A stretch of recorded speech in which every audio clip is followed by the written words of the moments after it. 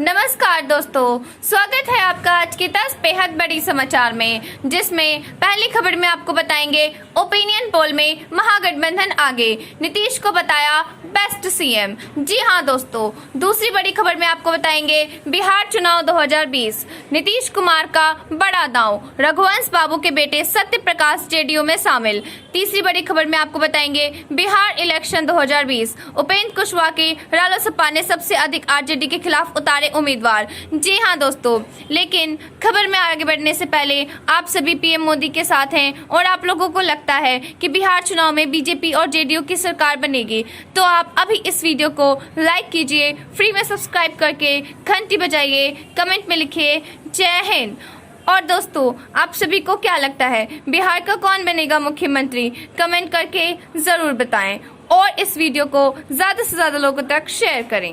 रुक करते हैं पहले खबर की तरफ। ओपिनियन पोल में महागठबंधन आगे, नीतीश को बताया बेस्ट सीएम। जी हां दोस्तों, बिहार विधानसभा चुनाव की तारीखों का ऐलान होने के साथ ही ओपिनियन पोल आने लगे हैं।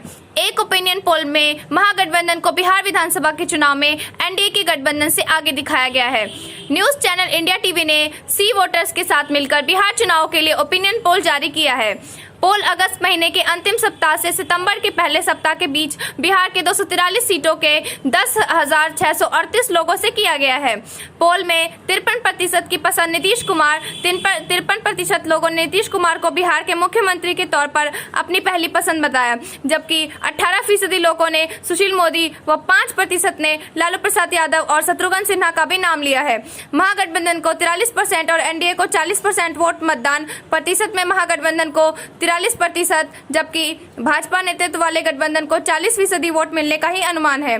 बिहार के विकास के काम पर 36% लोगों ने कहा कि यह काम सिर्फ भाजपा का गठबंधन कर सकता है। वहीं 25% लोगों ने विकास के लिए लालू और नीतीश के गठबंधन को पसंदीदा बताया।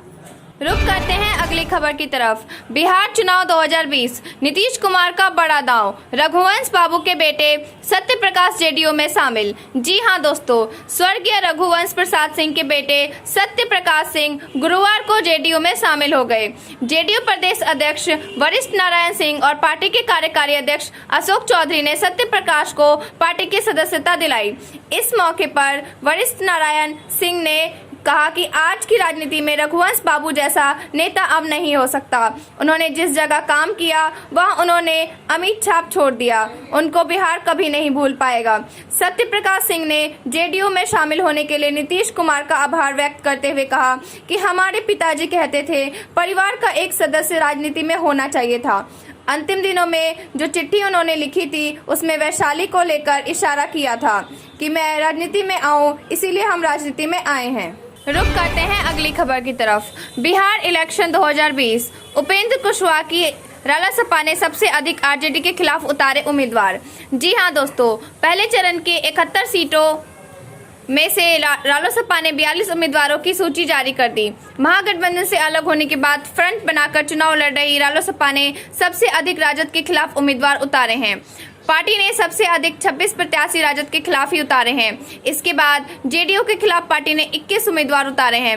रालोसपा उम्मीदवारों की सूची में गो से डॉक्टर रणविजय कुमार भी शामिल है और जेडीयू से 2 बार विधायक रह चुके हैं, जबकि जमुई से पूर्व मंत्री नरेंद्र सिंह के बेटे अजय प्रताप को भी टिकट दिया गया है। बाकी उम्मीदवारों में पार्टी के संगठन से जुड़े कार्यकर्ताओं को तवज्जो दिया गया है। पार्टी ने उम्मीदवारों में अपने कोर वोट बैंक पिछड़ा अति पिछड़ा को प्राथमिकता दी है। आधे से अधिक इसी समाज के उम्मीदवार हैं। इसमें भी केवल 16 उम्मीदवार कुशवाहा, 2 कुर्मी व 1 धानुक है। राजपूत समुदाय के 5, चंद्रवंशी से 4, पासवान व भूमिहर 2-2 तो 1-1 वैश्य व यादव को टिकट दिया गया है। 7 सुरक्षित सीट पर पार्टी के अनुसूचित जाति को उम्मीदवार उतारा है। पहले चरण के नामांकन के अंतिम दिन सूची जारी करते हुए रालोसपा अध्यक्ष उपेंद्र कुशवाहा ने कहा कि सभी अधिकृत प्रत्याशी को सिंबल दिया जा चुका है।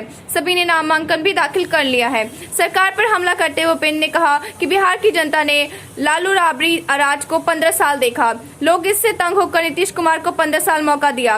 विकास के नाम पर दोनों गठबंधनों की सरकार ने जनता के साथ मजाक किया।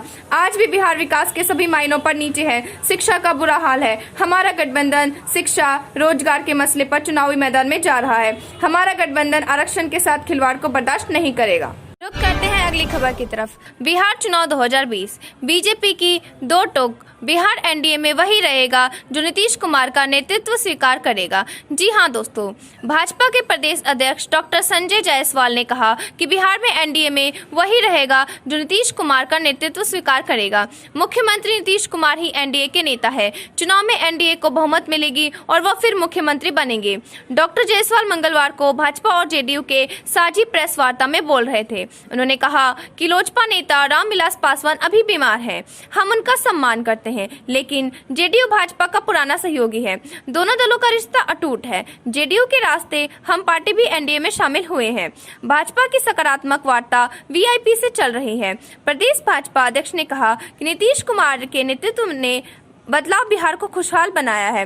प्रधानमंत्री नरेंद्र मोदी ने भी विकास की जो योजनाएं शुरू की, बिहार में मुख्यमंत्री नीतीश कुमार ने आगे बढ़ाया। सड़क, शिक्षा, स्वास्थ्य विकास का मूल आधार है। कोरोना काल में जो काम हुए वह सिर्फ इसलिए कि केंद्र व राज्य दोनों जगहों पर एनडीए की सरकार है। गठबंधन के किसी उम्मीदवार के खिलाफ चुनाव में उतरता है तो वह पार्टी का सदस्य नहीं रह सकेगा।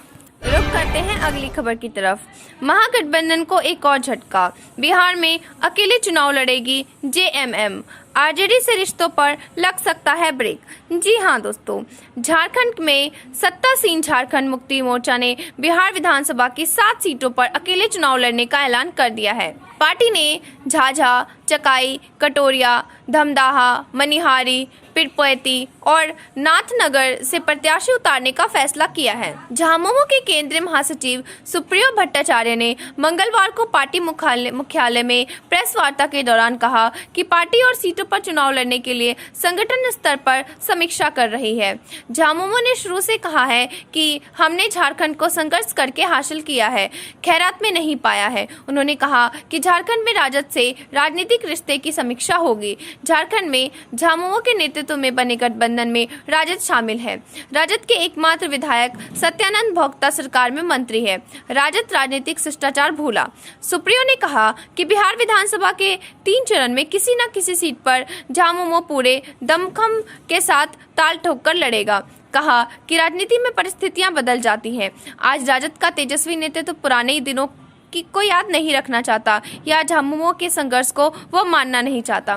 सुप्रियो ने कहा कि हम पहले भी कहते आए हैं कि सम्मान के साथ समझौता नहीं करेंगे। राजद राजनीतिक शिष्टाचार भूल गया है, इसीलिए उसके खिलाफ लड़ने को मजबूर होना पड़ा।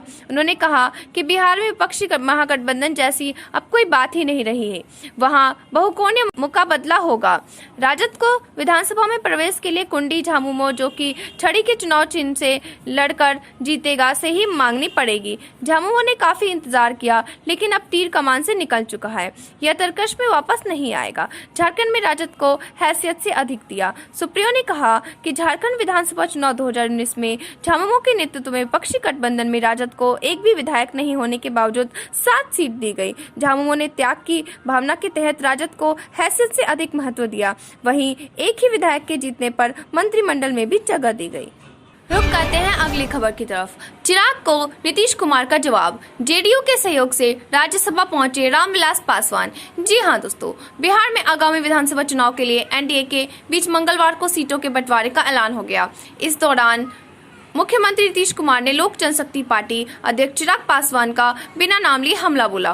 उन्होंने चिराग को रामविलास पासवान के राज्यसभा भेजे जाने के तरीके को भी याद दिला दी। नीतीश कुमार ने याद दिलाया कि रामविलास पासवान जेडीयू की मदद से ही राज्यसभा गए थे। बिहार के मुख्यमंत्री नीतीश कुमार ने चिराग को लेकर कहा, कौन क्या बोलता है उसमें हमारी बिल्कुल दिलचस्पी नहीं है। हम चाहते हैं कि रामविलास पासवान जल्दी से ठीक हो जाएं। रामविलास पासवान राज्यसभा में पहुंचे, वे बीजेपी और जेडीयू की मदद से ही पहुंचे थे। राज्य की विधानसभा में एलजेपी की 2 सीटें ही हैं। क्या 2 विधायक वाली पार्टी राज्यसभा का सांसद बना सकती है? नीतीश ने कहा कि अगर किसी के मन में कुछ बात है तो उससे हमें कोई मतलब नहीं है। एनडीए में सीटों के हुए बंटवारे के अनुसार बीजेपी 121 से ज्यादा सीटों पर चुनाव लड़ेगी, जबकि जेडीयू के हिस्से में 122 सीटें आई हैं। जेडीयू ने अपने खाते से जीतन राम मांझी की हम पार्टी को 7 सीट दी है। मुख्यमंत्री नीतीश कुमार और भाजपा के वरिष्ठ नेता की मौजूदगी में संयुक्त संवाददाता सम्मेलन में इसकी घोषणा की गई। एलजेपी नेता चिराग पासवान को झटका देते हुए बीजेपी ने स्पष्ट किया कि नीतीश कुमार बिहार में एनडीए के नेता है और गठबंधन उनके नेतृत्व में चुनाव लड़ेगा। आप देख रहे थे आपका अपना चैनल। जय हिंद, जय भारत।